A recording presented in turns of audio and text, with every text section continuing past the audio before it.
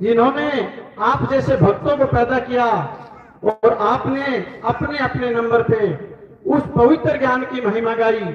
तो मैं आपको अवगत कराना चाहता हूं पवित्र ज्ञान क्या है और मूल ज्ञान समझाने के लिए संत शिरोमणि नितिन साहब आपके समक्ष बैठे हैं। तो ऐ प्रेमी सज्जनों, जो भी व्रत है, पाठ है, कृपया ध्यान से सुने। जो भी व्रत, पाठ, पूजा, जप, तप, संयम, साधना, जो भी जाप मंत्र है, जितने भी बोलने और लिखने में अक्षर आते हैं, उल्टा लटकना, सीधा लटकना, दंडवत प्रणाम करना और परिक्रमा लगाना, जितनी भी भक्ति हैं, ये सब पवित्र ज्ञान में आती हैं। यहां तक जाप और अजपा और अनहद, ये भी पवित्र ज्ञान में आते हैं। इनसे ऊपर उठा के संत शिरोमणि वो बहुत ही आत्म कल्याण का ज्ञान, वो विवेक ज्ञान, आत्म ज्ञान आपको समझाने के लिए आए हैं। ये सारा पवित्र ज्ञान है और इनसे ऊपर उठकर मूल ज्ञान, जिसमें जीव की इसी घड़ी में, इसी जन्म में जो स्वतः ही मुक्ति हो जाएगी, वो ज्ञान आपको समझाने के लिए संत शिरोमणि आपके समक्ष बैठे हैं। मैं आपको यही अवगत कराता हूं, आपने जो भी आज तक ज्ञान जाना बहुत अच्छा है अपने लेवल में, परंतु आज हम उस मुक्ति लेवल के ज्ञान को जानेंगे, उस स्वयं के ज्ञान को जानेंगे, उस आत्मा के ज्ञान को जानेंगे। मैं एक दो कहकर आपको समझाने का प्रयत्न करूंगा। सभी संतों ने कहा है और सबने सुन रखा है। संत ने कहा है, जो तिलमा ही तेल है और जो चकमक में आग, और तेरा साईं तुझ में है, जाग सके तो जाग। प्रेमी सज्जनों, ये दोहा का दो अर्थ है, एक आध्यात्मिक है और एक अपनी तरफ है। यथा कथित संतों ने अपनी तरफ घुमा लिया, कहा जो तिलमाही तेल है और जो चकमक में आग, और तेरा साईं तुझ में है। अब सबसे पहले तो हमें ये विचार करना चाहिए, अब हम क्या हैं? हम अपने आप को काया मान बैठे। हम इस काया में नहीं थे तब क्या थे? जब हम काया से बाहर थे तब कैसे थे? कहां थे? अगर काया में परमात्मा है तो हम पहले कहां थे? तब कहां था परमात्मा? एक काया वाला परमात्मा, एक जो सब परमात्मा को मानते हैं, तो दो परमात्मा हो गए। जबकि एक परमात्मा की महिमा गाई है, एक को सादे सब सदे और सब सादे सब जार, और जेतु सीचे मूल को पात भूल है। एक को सुमरो नानका और जल थल रहो समाय, और दूजे का है सुमरिए जो जन्मे और मर जाए। एक को नाम तारे संसार, एक की महिमा गाई है। एक परमात्मा कौन है उसके बारे में भली भांति आज सतगुरु नितिन साहब आपको समझाएंगे।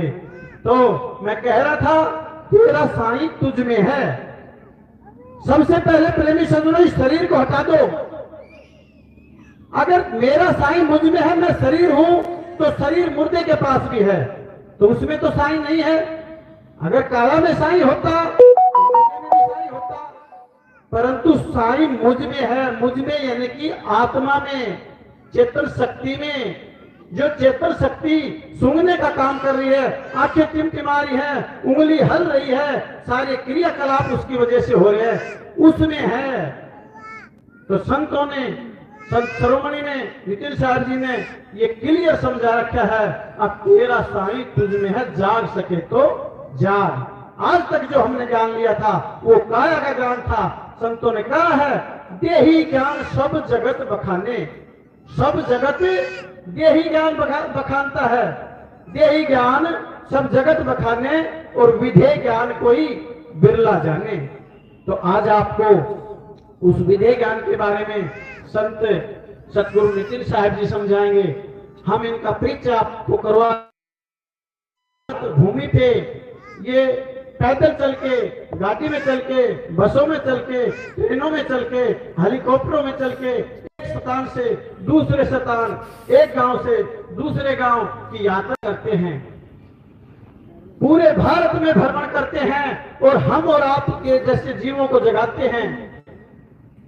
पूरे भारत में भ्रमण करते करते उस आत्मज्ञान का झंडा, उस सतनाम का झंडा ये लहराते हैं। अगर किसी विवेक की हंस को सत्य ज्ञान जानना हो और आत्मा का ज्ञान जानना हो और इसी जन्म में अपना कल्याण कराना हो तो आप इनसे जुड़े।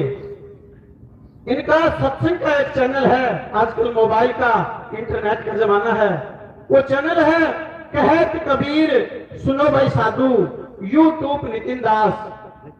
अगर आप सर्च करोगे तो उसमें निकल के आएंगे सत्संग। इन्होंने 209 सत्संग बना रखे हैं जिनमें सारा भेद खोल रखा है। मुक्ति क्या है, आत्मा का ज्ञान क्या है, पवित्र ज्ञान क्या है और मूल ज्ञान क्या है। आज तक हमारी मुक्ति क्यों नहीं हुई? हम सतयुग में भी बैठे थे, त्रेता द्वापर और कलयुग में भी बैठे हैं। कारण क्या रहा? संतों ने हमसे जो क्रिया दी है, जो हमसे ज्ञान दिया है, उस ज्ञान में क्या कमी रहेगी जो कि हमारी मुक्ति नहीं हुई? क्या कारण है मुक्ति क्यों नहीं हुई? इन्होंने अपने 209 सत्संगों में सब खोल के रख रखा है। हम इन 209 सत्संगों के माध्यम से एक एक करके 1 2 3 4 5 6 7 ऐसे नंबर वाइज सुनेंगे, सारा भ्रम दूर हो जाएगा।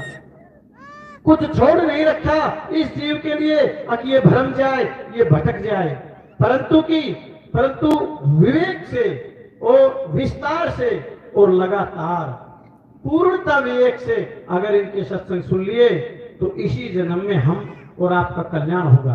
कोई रोक नहीं सकता। यह मुक्ति की वेला है, यह आत्म ज्ञान की वेला है, इसको ऐसे नहीं गंवाना चाहिए। तो मैं आपके और महाराज जी के बीच में ज्यादा समय नहीं लूंगा।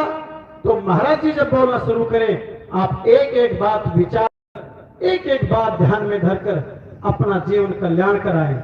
महाराज जी पूरे देश विदेशों में भ्रमण करते हैं। नहीं इनके आश्रम है, एक गांव दूसरे गांव से, एक शहर से दूसरे शहर, एक देश से दूसरे देश, ये सब जीवों को भ्रमण करते करते जगाते हैं और अपनी इस जीवन को इस आत्म ज्ञान में जीवों के कल्याण हेतु लगा रहे हैं। तो धन है ऐसे गुरु। मैं बार बार दंडवत प्रणाम करता हूं इनके चरणों में। दंडवत प्रणाम साहेब बंदगी सतनाम जी। इस कालूदास से कोई त्रुटि होगी हो, कोई गलती होगी हो तो मैं क्षमा प्रार्थी हूँ, माफी चाहता हूँ। तो बोलिए सतगुरु नितिन साहेब की, बोलिए परमपिता परमात्मा की, बोल बंदी छोड़ कबीर साहेब की। साहेब बंदगी सतनाम, साहेब बंदगी सतनाम। तो आज करौली में परमपिता परमात्मा के मूल ज्ञान का प्रचार होने जा रहा है। बहुत बड़े भाग हैं उन जीवों के जो इस ज्ञान को आज सुन पाएंगे, क्योंकि अगर पूरे जीवन काल में एक बार भी इस मूल ज्ञान को सुन लिया जाए तो भी उस जीव के बहुत बड़े भाग कहलाते हैं। क्योंकि बड़े बड़े ऋषि मुनि, बड़े बड़े पीर पैगंबर इस दुनिया में आए और पूरा जीवन जी के चले गए। उनकी भी किस्मत में ये मूल ज्ञान नहीं आ पाया, ऐसी दुर्गति हो गई। क्योंकि ये दुर्लभ ज्ञान किसी किसी जीव की किस्मत में आता है। लेकिन अब मालिक की अपार कृपा हुई है जो हजारों लाखों लोगों को YouTube के माध्यम से, मोबाइल के माध्यम से घर घर तक ये ज्ञान पहुंच रहा है। वरना ये ज्ञान, सोचो जब मोबाइल नहीं थे, टीवी नहीं थे, कैसे लोग जाते थे जंगलों में संतों को ढूंढने, घर बार छोड़ के जंगलों में निकल जाते थे। कोई ना कोई बाबा तो मिलेगा, कोई संत तो मिलेगा जंगल में, मुक्ति का भेद बताएगा। घर बार छोड़ के चले जाते थे लोग। लेकिन आज इतना अच्छा समय है कि घर बैठे ही हर चीज आपको मिल रही है। बड़े बड़े संत महात्मा अपना चैनल बना के बैठे हैं, अपने आश्रमों से ज्ञान प्रसारित करते हैं। आपको घर बैठे ही मिल रहा है, जाने की भी जरूरत नहीं कहीं पे। इसी प्रकार ये मूल ज्ञान अति दुर्लभ ज्ञान है। ये सारी उम्रें बीत जाती है तब भी नहीं सुनने को मिलता। लेकिन परमात्मा ने अपार कृपा करी, जो इस समय को चुना और इसी समय में घर घर तक ये मूल ज्ञान पहुंचाने का बीड़ा भी उन्होंने उठा रखा है। तो ये ज्ञान अगर आपके जीवन में आता है, सुन पाते हो, तो बहुत अच्छी बात है। लेकिन उससे भी ज्यादा बड़ी बात है कि ये ज्ञान सुनने के बाद आपको समझ आ जाए। बहुत मुश्किल है इस ज्ञान को समझना, बहुत विवेक लगाना पड़ता है। पूरी बुद्धि, पूरा विवेक लगा के नीड़ चीर का निबिड़ा कर पाता है जीव कि सत्य क्या है, असत्य क्या है। और अगर निबिड़ा कर भी ले, पता लग भी जाए कि जो बताया जा रहा है बिल्कुल सत्य है, झूठ नहीं है, फिर भी ये मन और माया उस सत्य को धारण करने से रोक लेते हैं। तुम्हारे मन में शंकाएं पैदा कर देंगे, तुम्हारे मन में डर पैदा कर देंगे, तुम्हारे मन में लोक लाज पैदा कर देंगे कि दुनिया वाले क्या कहेंगे, गांव वाले क्या कहेंगे, रिश्तेदार क्या कहेंगे। अरे इसने मंदिर जाना छोड़ दिया, ये तो मुसलमान हो गया। ऐसी ऐसी कहानियां सुनने को मिलेंगी, जबकि हमें यही नहीं पता कि हमारे धर्म ग्रंथों में लिखा गया है। क्या हमारे धर्म ग्रंथों में यह लिखा है कि हमें मंदिर जाना चाहिए, पत्थर की पूजा करनी चाहिए, या हमारे ग्रंथों में यह लिखा है कि हमें उस आत्म तत्व को जानना चाहिए जिसके कारण तुम मंदिर बना पा रहे हो। किसने बनाई है मंदिर? इंसान ने। कैसे बनाए? आत्मा की ताकत से। बिना आत्मा के मंदिर बना के दिखाई जरा कोई? इसी प्रकार मस्जिद, गुरुद्वारे, चर्च किसने बनाए? इंसानों ने। किसकी ताकत से? आत्मा की ताकत से। बना के दिखाए बिना आत्मा के कोई? ये पड़ी होंगी लाशें यहां पे, बोलो उनको तुम आदमी उठो बनाओ। बिना आत्मा के एक उंगली नहीं हिल सकती। तो आज इसी सत्य को जानेंगे कि सत्य है क्या, हमारे धार्मिक ग्रंथ क्या कहते हैं, क्या आदेश करते हैं, हमें क्या करना है। आज हर चीज क्लियर करेंगे। तो सत्संग शुरू करने से पहले परमात्मा के नाम पे जयकारा लगाएंगे। बोलिए परमपिता परमात्मा की, सतगुरु बंदी छोड़ कबीर साहिब की, सभी संतों की, सभी भक्तों की, सत्संग कराने वालों की, इनके गांव नगर बस्ती की, आज के आनंद की, सकल हंस को बंदगी। साहेब बंदगी बंदी छोड़ सतगुरु नितिन साहेब की जय। तो क्या बताते हैं साहेब? साहेब कहते गुरु मेरे सभी बड़े अपनी अपनी ठौर, और शब्द विवेकी पारखी सो माथे का। कि इस जीवन में तुम्हें कोई भी गुरु मिलता है, कहीं भी मिलता है, धन्य भाग तुम्हारे कि तुम्हारे जीवन में कोई गुरु आया। गुरु आने का मतलब क्या होता है कि तुम्हारा जो अज्ञान है अब उसका नाश होना शुरू हो जाएगा। भले कोई छोटे लेवल का गुरु आ जाए या कोई बड़े लेवल का गुरु आ जाए, लेकिन गुरु के आते ही बहुत सी तुम्हारी कमियां हैं जो ठीक होने लग जाएंगी, पूरी होने लग जाएंगी। जैसे बोला कि गुरु मेरे सभी बड़े अपनी अपनी ठौर। अब ये ठौर क्या है?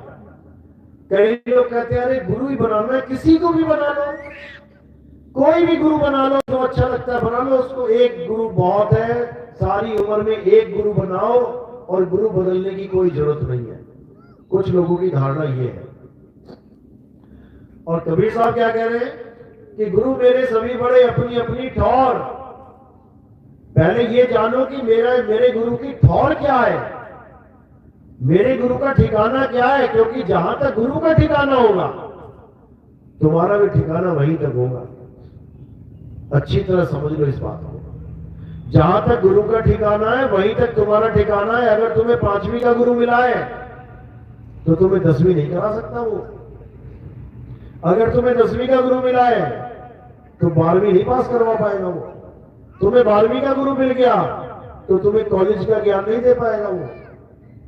इसी प्रकार अपनी अपनी ठौर, हर अपनी अपनी ठौर पे विराजमान है। तो सबसे निचली ठौर कौन सी है?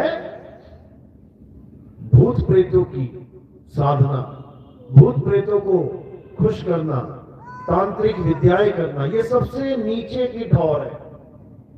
यानी ऐसे गुरु जो तंत्र मंत्र विद्या सिखाते हैं, जो भूत प्रेतों के मंत्र सिद्ध करवाते हैं, जो काला जादू करवाते हैं, वो सबसे नीचे लेवल के गुरु कहलाते हैं। सबसे निचला ठौर है। उसके ऊपर कौन है? जो पितरों की पूजा करवाते हैं, पितरों की साधनाएं करवाते हैं, पितरों को भोजन करवाते हैं, जो पितरलोक तक पहुंचने का रास्ता बताते हैं, वो उस लेवल से थोड़े से ऊपर है। उससे ऊपर कौन है? जो देवी देवताओं की पूजा करवाते हैं, जो अन्य अन्य देव, शनि देव, ये देव, वो देव, इनकी पूजाएं करवाते हैं और देवलोक तक पहुंचाने की जिम्मेदारी लेते हैं, यानी स्वर्ग लोक तक का वास दिलवाने की जिम्मेदारी लेते हैं। वो और थोड़े से ऊपर के लेवल के गुरु हैं। अब उससे ऊपर कौन है? जो ब्रह्मा, विष्णु और महेश जी की पूजा करवाते हैं, उन्हीं को परमात्मा बोलते हैं। कहते हैं ब्रह्मा जी, विष्णु जी, महेश जी ही भगवान है, वही परमात्मा है। उन्हीं की फोटो लगा लगा के सत्संग करते हैं, टीवी देखो भरा पड़ा है, यूट्यूब भरा पड़ा है। यानी 3 देवों की पूजा करते हैं। वो उनसे ऊपर के लेवल के गुरु है। अब उससे भी ऊपर का लेवल कौन सा है? जो त्रिदेवों को भी पैदा करने वाली, त्रिगुणों को भी पैदा करने वाली आदि शक्ति माया है। जग जननी जगदम्बा, जो आदि शक्ति की पूजा करते हैं, वो उनसे और ऊपर लेवल के गुरु हैं। और उससे ऊपर कौन है? जो ब्रह्म की साधना करते हैं, जो ब्रह्म ज्ञानी हैं, जो ब्रह्म लीन होने की विधि बताते हैं, वो उससे भी ऊपर लेवल के गुरु हैं। अब उससे भी ऊपर के गुरु कौन है?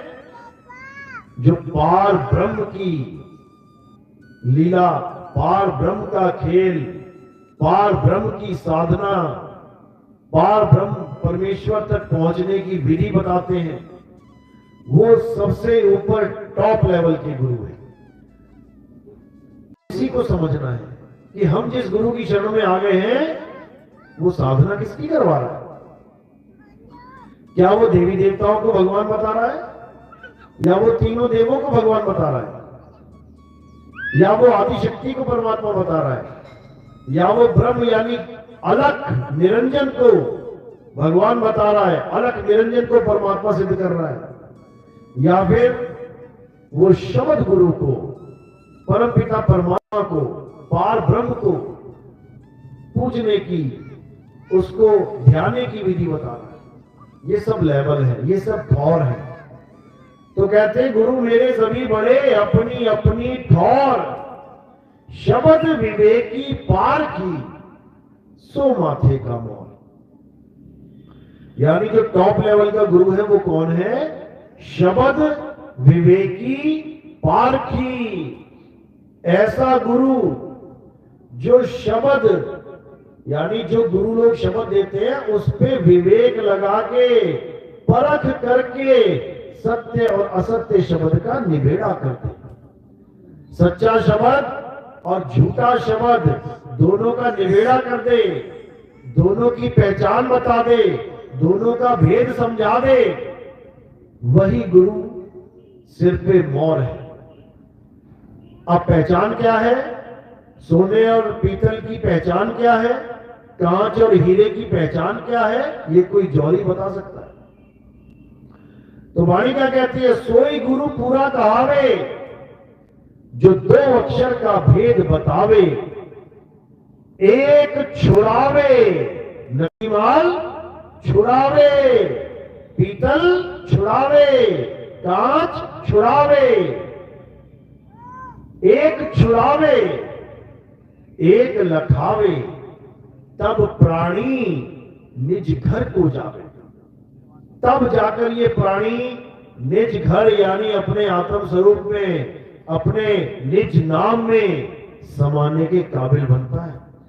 नहीं तो उन्हीं 52 अक्षरों में उलझ पुलझ के पूरा जीवन बर्बाद कर देता है।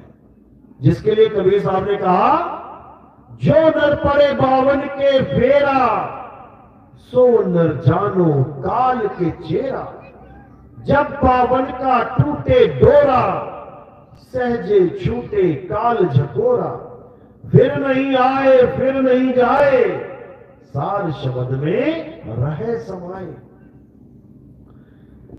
यानी जो लोग 52 अक्षरों को परमात्मा से मिलन का साधन मान लेते हैं, जैसे कोई राम जी का भगत है तो वो क्या जप रहा है? राम राम राम, जय श्री राम जय श्री राम। कोई शंकर जी का भगत है तो वो क्या जप रहा है? ओम नमः शिवाय ओम नमः शिवाय ओम नमः शिवाय।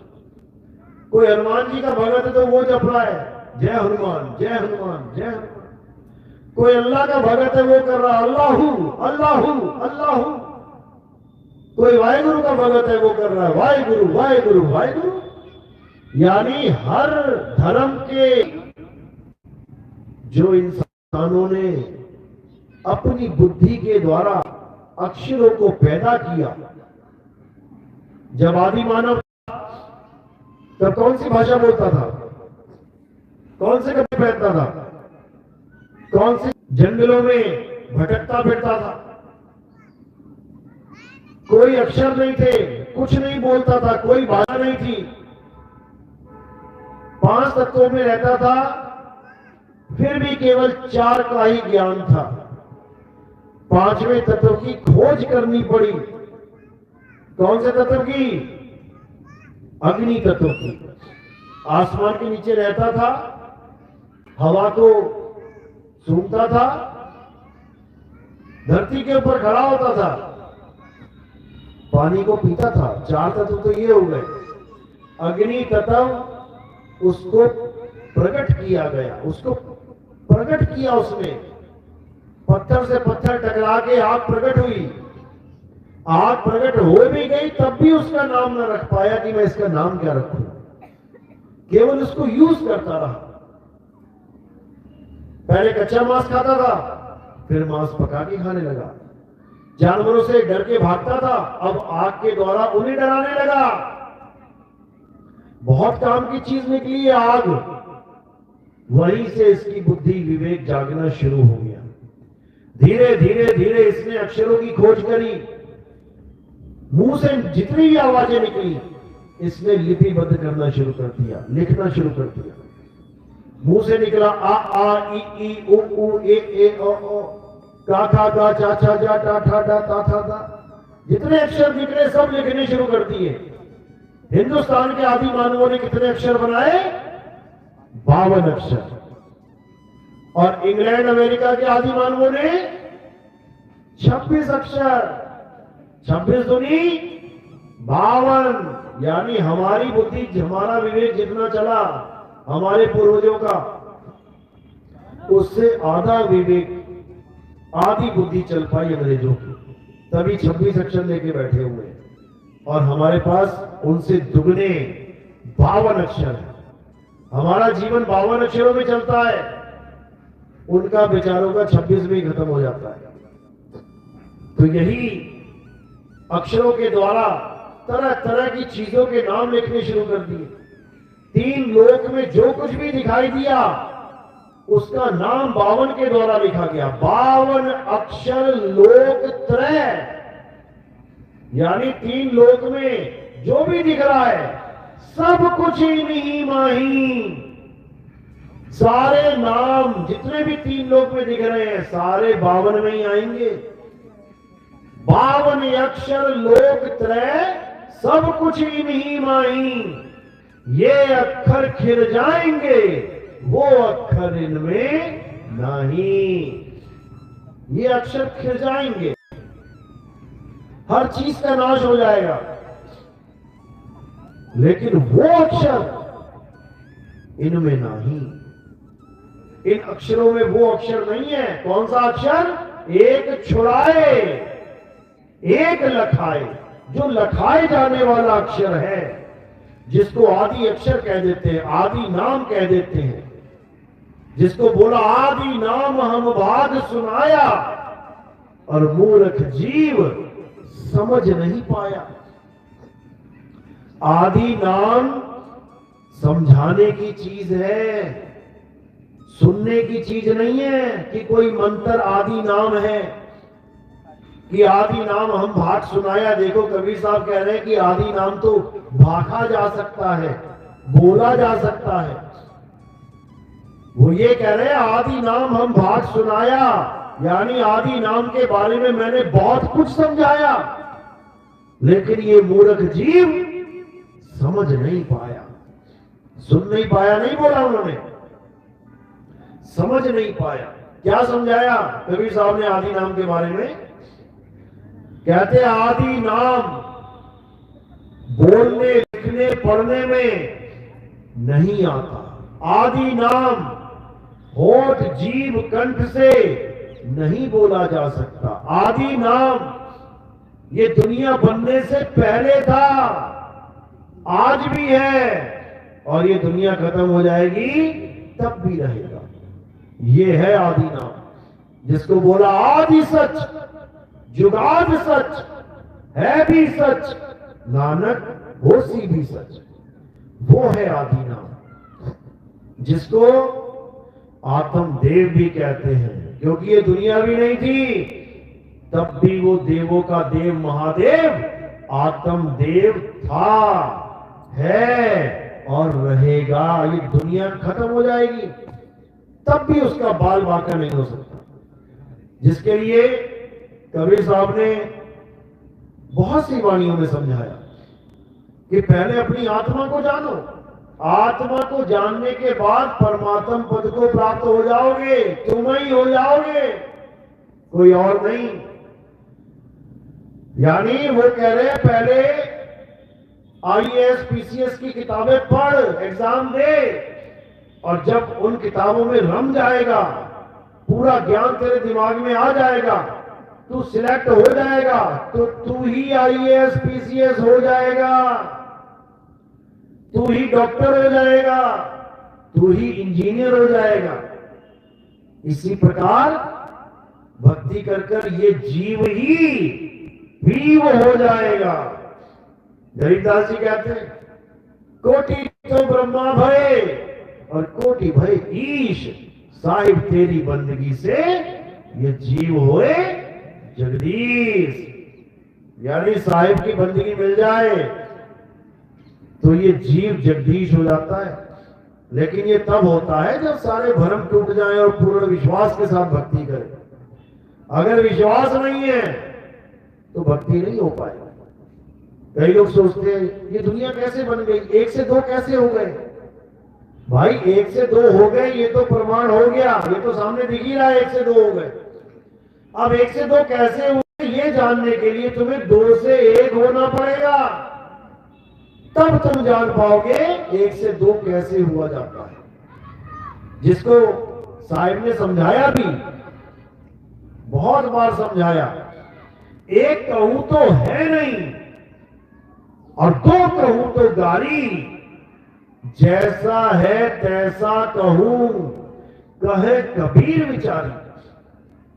ये समझ में आ ही नहीं सकता कि एक से दो कैसे हुए, जिसके लिए नाना साहब ने कहा सोचना हो गई जो सोचे लाख बार सोच लो कि मैं एक से दो कैसे हो गया। यानी ये सृष्टि कैसे बन गई, जब हम सब एक रस में थे ये दूसरी सृष्टि कैसे बन गई, सोच भी नहीं सकते। तो इसको केवल अनुभव किया जा सकता है। जैसे कोई आदमी पहाड़ पे घूम रहा है, चल रहा है पहाड़ पे, और नीचे गिर पड़े। अब नीचे गिरा, अब उसको पूछा किसी ने, भाई तू ऊपर से नीचे कैसे आ गया? अब जितना मर्जी जोर लगा रहे वो दिमाग पे, उसको अपनी गलती समझ में नहीं आने वाली। अब उसको कैसे पता लगेगा कि मैं कैसे गिर गया ऊपर से? पहले ऊपर चढ़ना पड़ेगा, ऊपर चढ़ के देखेगा कि यहां इससे मैं टहल रहा था, अच्छा ये ठोकर है, ये ठोकर लगी तो मैं गिरा। तब उसको समझ में आएगा कि एक से दो कैसे होते हैं। उसके बाद उस गलती को वो दोबारा कभी धारण नहीं करेगा। उसके बाद वो एक से दो कभी हो ही नहीं सकता। ये अनुभव ज्ञान है, ये कोई किताबी ज्ञान नहीं है कि किताब में लिख दिया जी वही सत्य है। कबीर साहब ने तरह तरह से समझाने की कोशिश करी। कबीर साहब ने अनुराग सागर कबीर सागर के माध्यम से समझाने की कोशिश करी कि तुम ही हो जो अपने स्वरूप को भूले बैठे हो, एक से दो हो गए हो, परमात्मा नहीं हो गया एक से दो, तुम हुए हो एक से दो। हंसा तू तो सबल था, हल्की तेरी चाल। तुम्हें याद कराया जा रहा है कि तुमसे गलती हुई है, परमात्मा से गलती नहीं हुई है। और परमात्मा का मतलब ये नहीं कि कोई आदमी है सामने आ जाएगा वो परमात्मा है। परमात्मा एक पद है। कई लोग सोचते हैं, बोलते हैं, भरमाने के लिए कहते हैं कि जब पहले परमात्मा ही परमात्मा था तो फिर उससे गलती कैसे हो गई। अब इतना भी नहीं विचारते कि परमात्मा का मतलब तो समझ लो पहले क्या है। परम आत्मा, परम यानी श्रेष्ठ, जैसे शिष्य परम शिष्य, ज्ञानी परम ज्ञानी। परम नाम भी द्वैत का है, जहां पर दो हैं वही एक परम है और दूसरा निम्न है। अगर एक ही डॉक्टर है तो क्या परम और क्या नीचे की अवस्था। जब परम बोल दिया जाता है तो इसका मतलब वो परम है और बाकी सब निम्न है। लेकिन ये भेद है, ये गुप्त भेद है, कैसे समझेंगे इसको। अगर हम किसी एक आदमी को परम मान के बैठ जाए कि एक परमात्मा है, तब ये नहीं समझ में आएगा तुम्हें। अच्छी तरह समझ लो, जीव शिव पीव ये पद हैं, ये पद के नाम है, ये कोई आदमी के नाम नहीं है। ये पद है, जीव पद है, अवस्था है, जीव अवस्था, पीव अवस्था, शिव अवस्था, ये अवस्थाओं के नाम है। तुमने जीव से पीव होना है, यानी अपनी अवस्था को वहां तक लेके जाना है जहां ये पहले था। इसी को समझा रहे हैं। कई लोग सोचते हैं परमात्मा ने ये सृष्टि बनाई है, परमात्मा ने हमें और तुम्हें बना दिया। बताओ परमात्मा को क्या जरूरत पड़ी है हमें और तुम्हें बनाने की। पहली बात तो परमात्मा अकर्ता है, परमात्मा कुछ करता ही नहीं है, क्योंकि कुछ करना ही बंधन है। परमात्मा कुछ नहीं करता, ये करता है जो यहां बैठा हुआ है, ये बनाता है सृष्टि। और ये सृष्टि जो तुम्हें दिख रही है ये एक सृष्टि नहीं है, ये तो नकली माल है, माया है। ये तो 5 तत्वों की असली सृष्टि कहां है। ये बैठी है सृष्टियां, ये हैं सृष्टियां। अपनी अपनी सृष्टि संभाल के बैठे हो तुम। जो तुम्हें बाहर दिखाई दे रही है वो केवल इसकी वजह से दिखाई दे रही है। सबको माया दिख रही है एक जैसी, एक सूरज दिख रहा है, एक चांद दिख रहा है, एक हाथी, एक घोड़ा, सब कुछ दिख रहा है।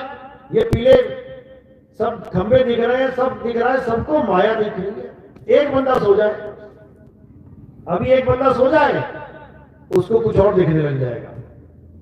हाथी, घोड़ा, चीते, भालू, बकरे, वो इस दुनिया से अलग हो गया, इस सृष्टि से अलग हो गया। क्यों? क्योंकि वो अपनी सृष्टि संभाले बैठा है। अच्छी तरह समझ लो। अभी मैंने इसके बारे में ज्यादा खुल के बोला नहीं है, क्योंकि ये बाउंस हो जाएगी तुम्हारे सिर के ऊपर से। तुम कहोगे यार ये क्या बता रहे हैं, ये बाउंस हो जाएगी। हर आदमी की अपनी अलग सृष्टि है और अपनी सृष्टि का खात्मा तुम खुद करोगे। याद रखना इस बात को, कोई और नहीं कर पाएगा।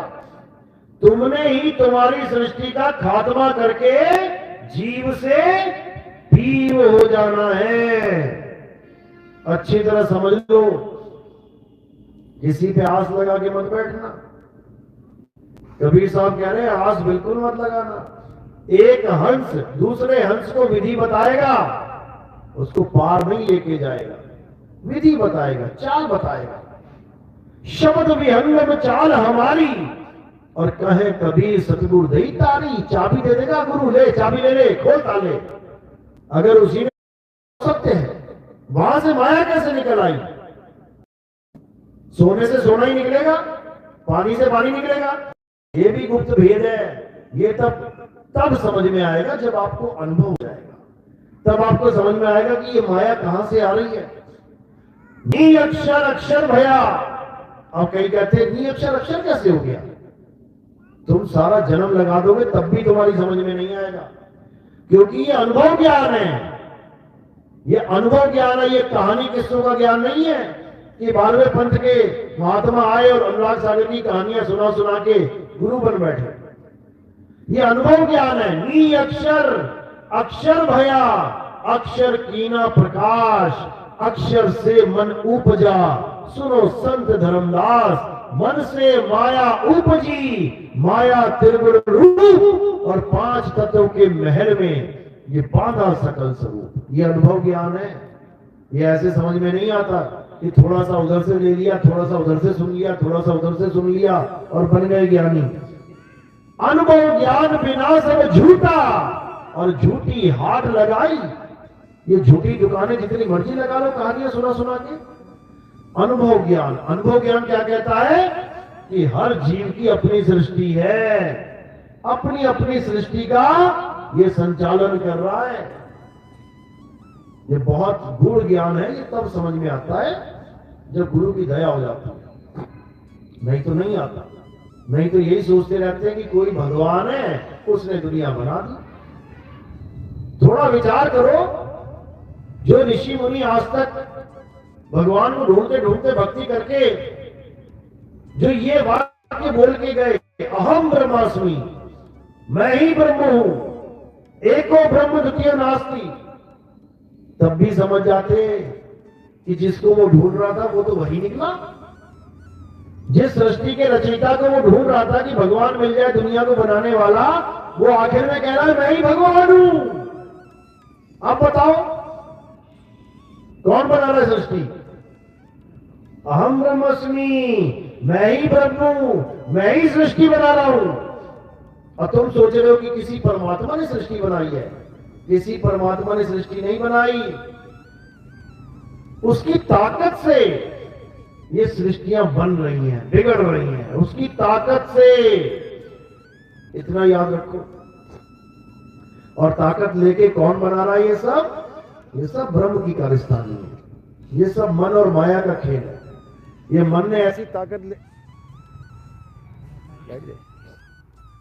तो इस मन ने ऐसी ताकत खींच रखी है कि किसी को समझ में ही नहीं आ रहा कि हो क्या रहा है। चलो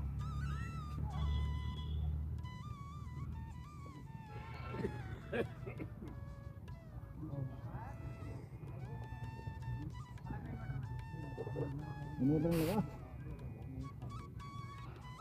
रिपीट कर देगा।